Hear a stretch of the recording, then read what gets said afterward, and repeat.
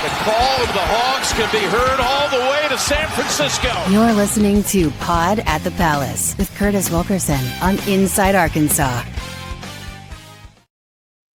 Good morning, everybody. Happy Friday. Happy 4th of July, and welcome back to the Pod at the Palace. I'm your host, Curtis Wilkerson with Inside Arkansas, coming to you at the start of this holiday weekend with a little bit of an abbreviated episode of the show to tide you over a little bit until Monday, unless, of course, we get some fireworks that aren't related to the 4th of July over the course of the next couple of days. If that happens, we'll handle it when we get there.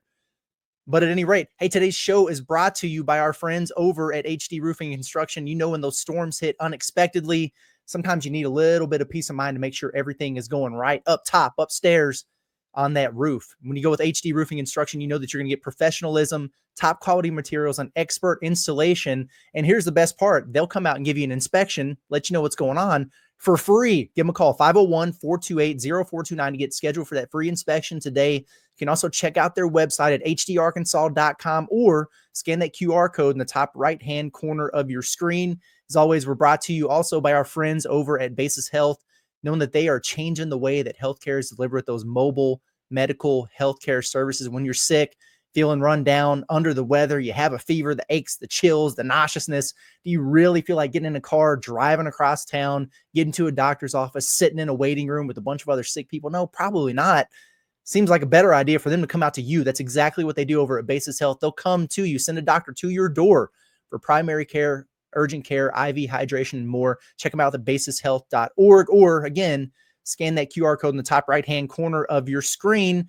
Okay, how's everybody doing? Hopefully you're doing well. Be safe out there this weekend. Fireworks are nothing to mess with. Take care of your doggos. Fireworks freak them out. What else? I gotta start figuring out my spiels for parenthood. Kiddos trying to do things for the 4th of July.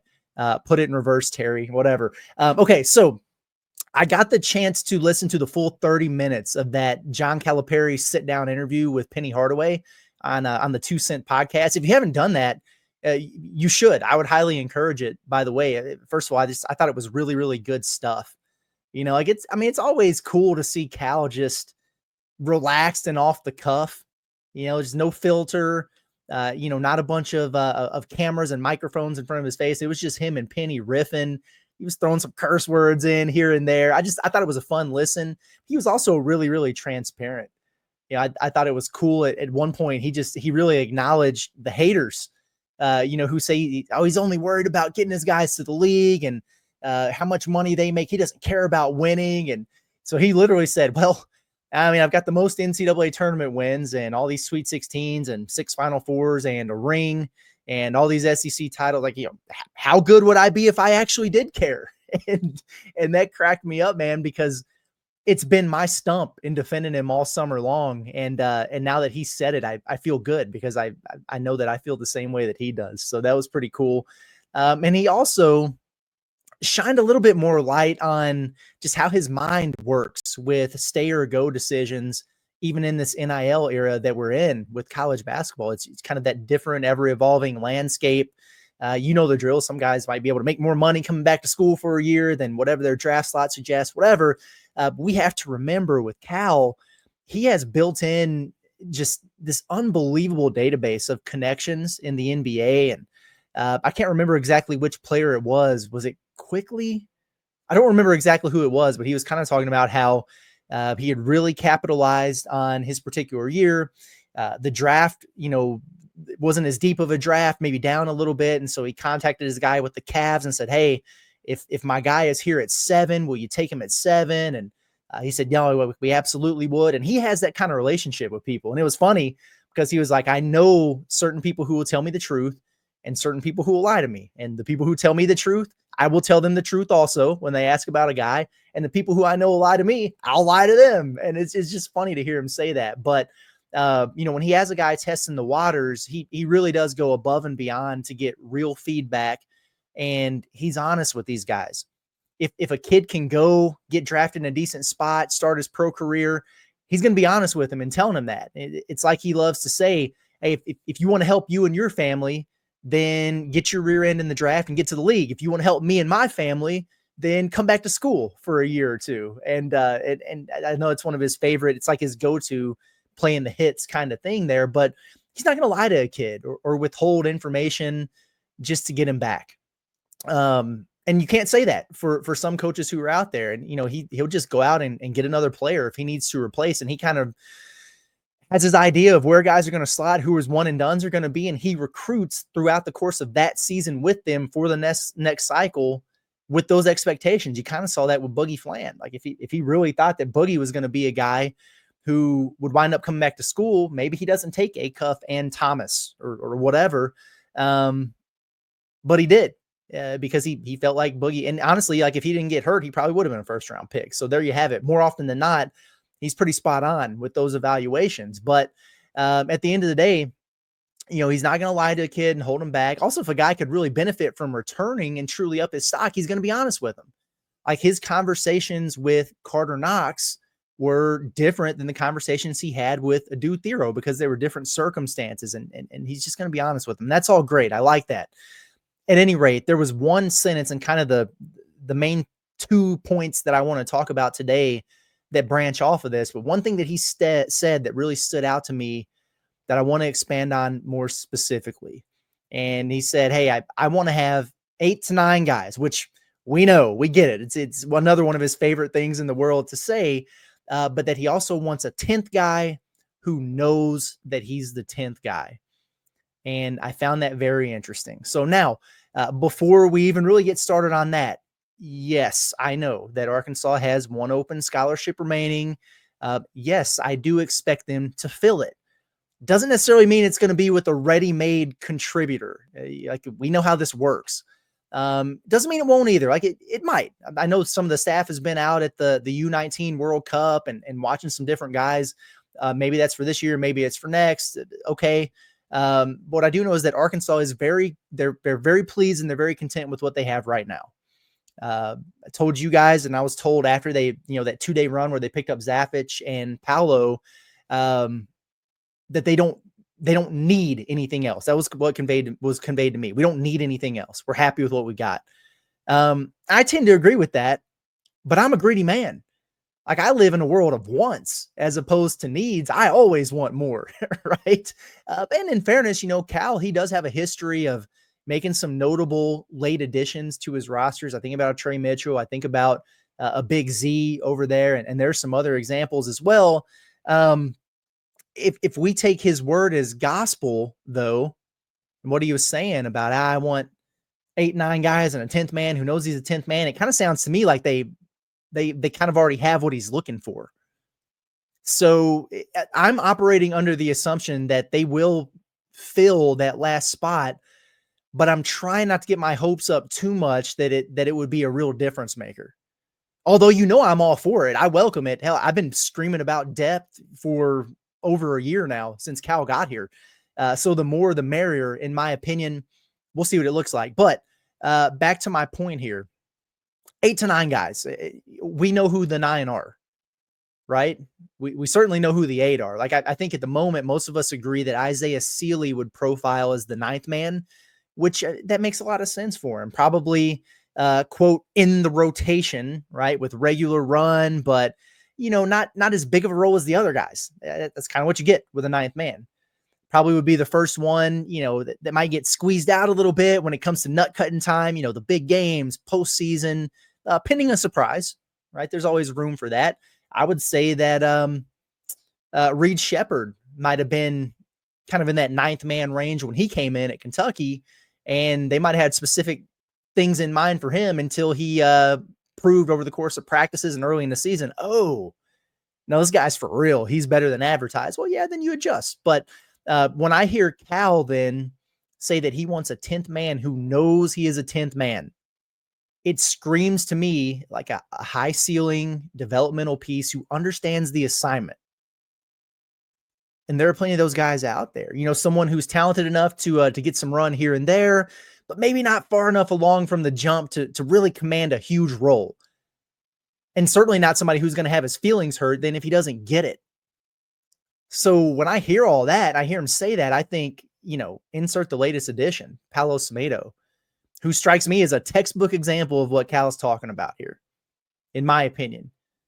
Just an under the radar pickup, a relative unknown from Angola, hasn't had just a ton of exposure since coming to the States. People know who he is, but when you think about recruiting rankings and everything like this, a lot of these guys have been on the radar of scouts and college coaches since 14U, in some cases earlier than that. So, I mean, it's 3, 4, 5 years that coaches have been watching these guys and hearing about them.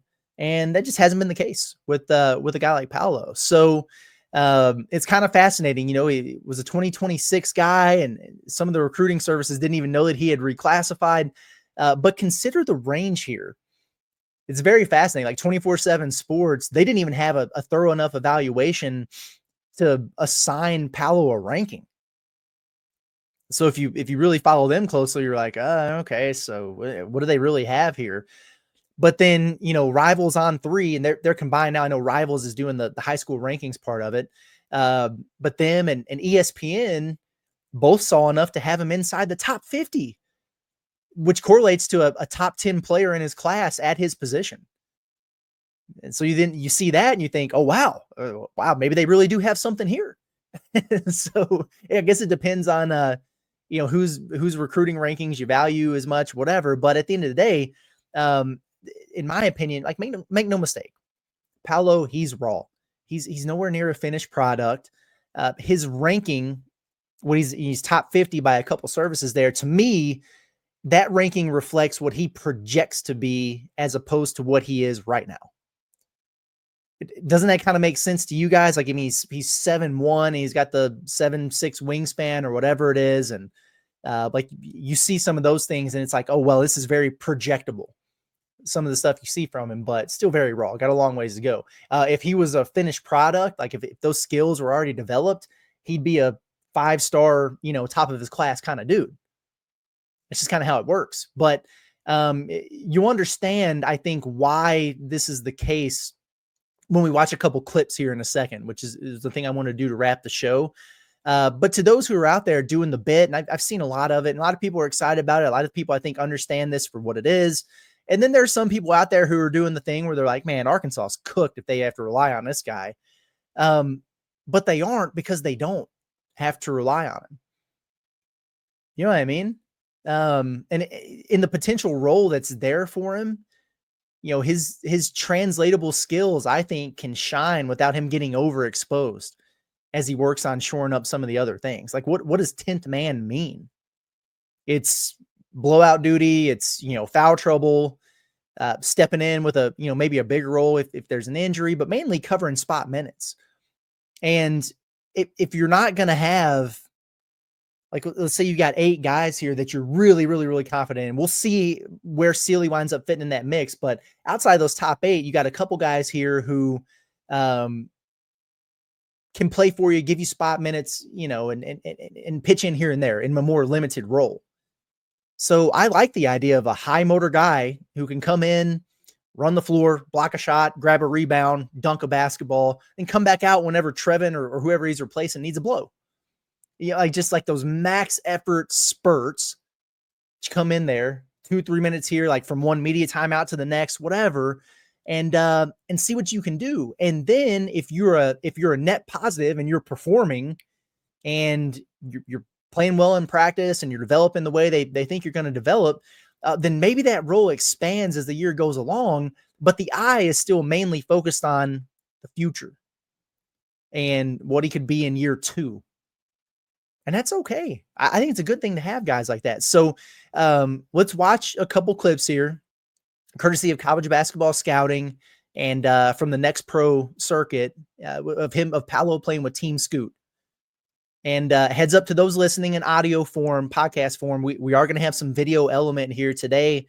And so check out the last, 5 to 10 minutes of the show on YouTube for sure, if you want to see it. But what you're going to see here, I think, is a guy who needs to add strength, needs to tighten the handle, needs more consistency with the jumper, just needs more game experience and awareness under his belt. But you'll also see the flashes. and you'll see the whoa moments, and you'll see the vision that the staff, has when it comes to snatching this 7'1" athlete who can both walk and chew gum at the same time, which is rare in its own right, over Florida State and Arizona State and some others. And I think if you see that, you could see, oh yeah. So if he's playing minutes here and there, this is where he could help. And I think you can not acknowledge that at the same time without thinking that he's got to be a bona fide all SEC superstar. There are levels to this. Arkansas has their dudes. They have their studs, the guys that they're going to rely on heavily for the major production. But if you get these other dudes who can get in where they fit in a little bit, take a little bit of pressure off of you, give you some extra depth as they develop, I think that's a really good thing and a really good, way to go about building a roster. So let's pull up a couple videos here. We'll stop it every now and then and react in real time. It's the first one that we have. So right off the top, you're seeing miss, put back. This is all offensive rebound stuff from him. Shot goes up. There he is. He's 7'1". So he's grabbing that like right there. So just little things against this competition. And there's, there are other Division I prospects and everything like that out there, but this ain't the SEC. And so the thing I noticed right away is in a lot of cases, he's just able to use his height and his length to just reach up over the top of guys and get little touch putbacks, whatever. This is where adding strength, I think, comes into play. Not going to get away with some of that. You would like to see him catch, like just right there. He put it back down on the floor. Don't do that. You got to go straight back up. And then you would like to see, instead of some of these little layups, just soft little put-ins, you need to go up with authority and with power when you get into the SEC. So something that he's probably going to, want to work on a little bit. And that's all right. Let's keep watching a couple more clips of the offensive boards. There he is running the floors right there. Yeah, just catch it, put it back up. That's just easy. And right there, I mean, we talk about adding strength, but he's just kind of pushing these other guys underneath the rim. Probably not going to be able to do that against, starting SEC big men, right? But he could be a guy who could get you some of those, just using that superior length to get you tip outs, create some extra possessions and some scrambles and different things like that, which I'm fine with. You really had to reach back for that one. So good for him. All right, let's pull up something else. See what we got here. Okay, transition. Now, let me back this up a little bit because this is an area where I really think he's intriguing right now. And you're going to see some of these where he gets a rebound and just pushes it up the floor himself. And like I said earlier, he's got to tighten up the handle. But his confidence and ability to do that and go coast to coast, not something that you see a lot with guys who are 7'1". But then you'll also see, and this is where I really think he can help, rim running, filling in on the wings, presenting himself to the basketball, and then finishing on the run in transition. And he moves pretty well getting up and down. So there's a rebound, and he's just going to take it all the way, and then boom. Okay, now you see how he dunked that basketball? Some of those offensive rebounds and little soft putbacks, the dude can get off the floor, and he can finish with authority. I like seeing him punish the rim like that. It gets me excited. There we go, running the floor, and then the pull-up three. Okay, so let's back that up just a little bit here. Because that's the part, like if you're knocking down catch and shoot threes on the wing at 7'1", and I know that this is one example and it's a highlight. So, but when you see this, it looks pretty good, doesn't it? You run the floor, catch, pull up, bang. Okay. Now, if that's something that you could incorporate as a legitimate part of your game and what you're able to do and what you're able to bring to the table, that's the kind of stuff that gets people excited. That's the kind of stuff that's projectable and make you wonder what the ceiling could be with a guy like this. I like that. I want to see more of it. A little bit of trail action, and then, hey, drives it left, puts it on the floor. I would like to see him go dunk that one with his left hand like he did on the coast to coast a minute ago with his right, but a catch, and he's going left and driving that thing middle and finishing.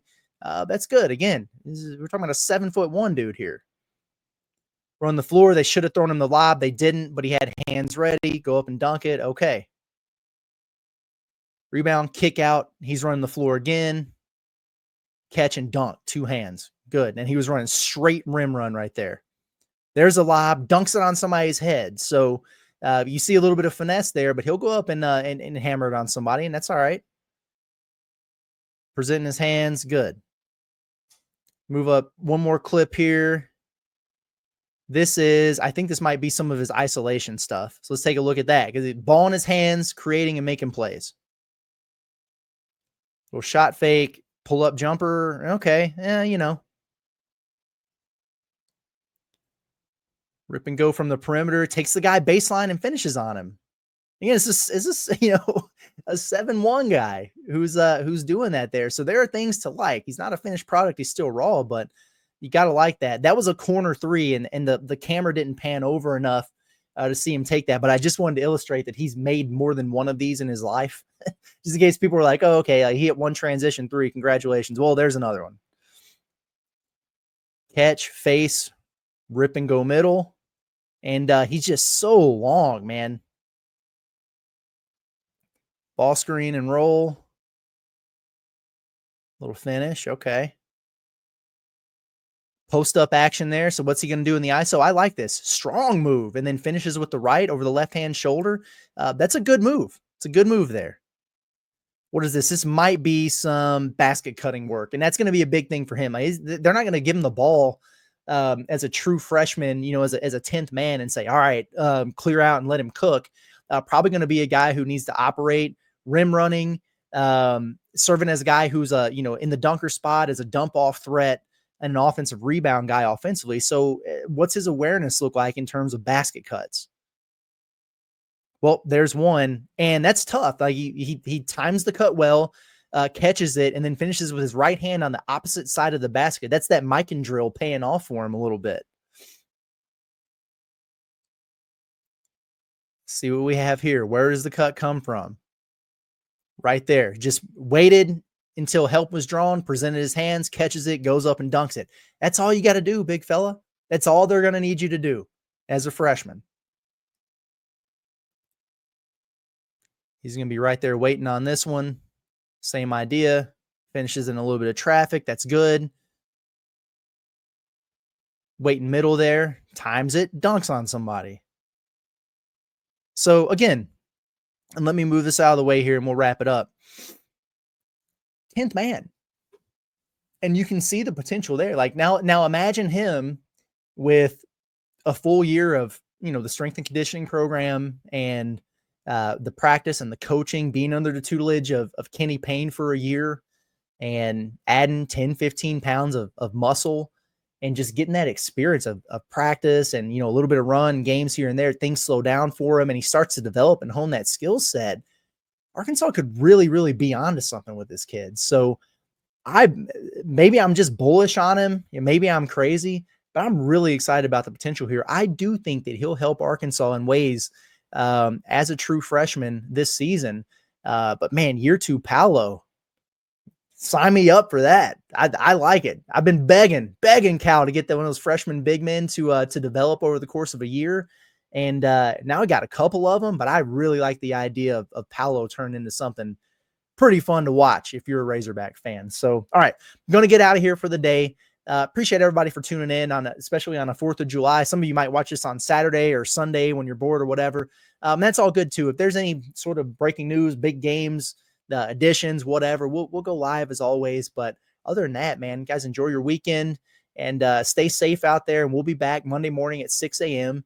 And looking forward to it. Subscribe where you need to get subscribed. The Inside Arkansas YouTube channel. Find us where you find your podcasts in audio format. Apple, Spotify. The Pod the Pals could be found anywhere that you listen. I'm Curtis Wilkerson. I'm with Inside Arkansas, and I'll be back Monday morning. You guys have a good weekend. We'll see you then.